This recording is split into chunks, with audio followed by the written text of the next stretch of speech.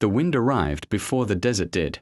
It came in long, whispering breaths across the crack highway, carrying grains of sand that tapped lightly against the rusted sides of the truck. To most people, it would have sounded like nothing, a faint hiss, easy to ignore. But to Ethan Cole, it sounded like a warning. Or maybe a memory. He stood in the back of the truck as it slowed to a stop, boots planted against the metal floor, one hand gripping the railing as the vehicle shuddered beneath him. The driver didn't turn around. He hadn't said much during the entire ride, just a few short sentences about distance, weather, and payment. Now, as the engine idled, he finally spoke. "This is as far as I go." Ethan nodded, though the driver couldn't see him. "I figured." The truck door opened with a creak. Heat rushed in immediately, thick and dry, wrapping around Ethan like an invisible weight. He jumped down onto the ground, his boot sinking slightly into the loose sand gathered along the roadside. For a moment, neither of them spoke.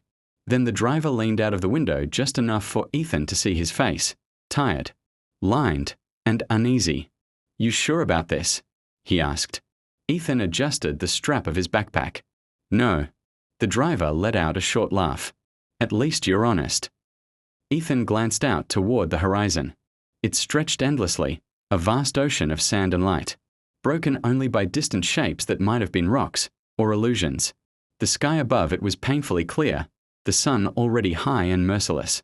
Somewhere out there was the answer he had been chasing for 10 years. "I don't have much choice," Ethan said quietly. The driver studied him for a second longer, then shook his head. "People always say that," he muttered.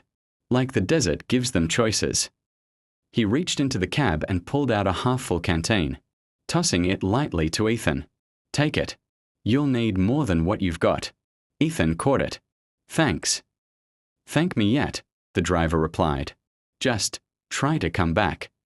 Ethan didn't answer, because he didn't know if he would. The truck pulled away a moment later, its engine fading into the distance until it disappeared completely, leaving Ethan alone with the wind. Silence settled in. Real silence. The kind that didn't just surround you, but pressed against you, filled your ears, made your own breathing sound too loud. Ethan stood there for a long moment, staring out at the desert. Then he reached into his jacket and pulled out the map. It was older than he remembered. The paper had yellowed with time, its edges curled and cracked. There were small burn marks along one corner, as if it had once been too close to fire. The ink had faded in places, but the lines were still visible, rough, hand-drawn paths cutting through empty space. And in the corner, a name. Not written, but pressed, almost carved into the paper through force of habit. Daniel Cole. Ethan traced it lightly with his finger. His father. 10 years.